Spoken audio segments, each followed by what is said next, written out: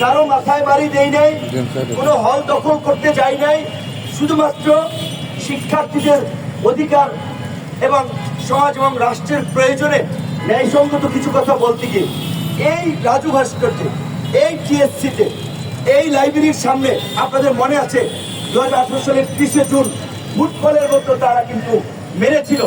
তো তারপরে আমরা কিন্তু হাল ছাড়ি নাই। আপনাদের দাবি দেওয়া নিয়ে আমরা কথা বলেছি। আমাদের পরিষ্কার কথা যে এই ছাত্রলীগের দুর্বৃত্তরা আমাদের উপরে এইভাবে পৈশাচিক হামলা করেছে, নারী শিক্ষার্থীদেরকে লাঞ্ছিত করেছে, হলকে একটা ক্যান্টনমেন্ট বানিয়ে শিক্ষার্থীদের একটা দাস বানিয়ে রেখেছিল। প্রোগ্রাম করলে সিট, প্রোগ্রাম না করলে হলে থাকা যায় না।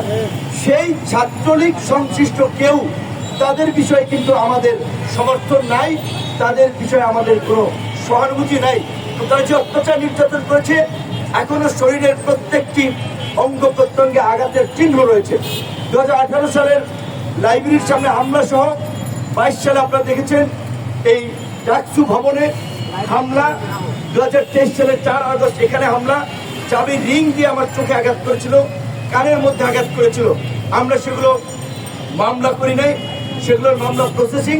ছাত্রলীগের সরাসরি পথধারী যারা আছেন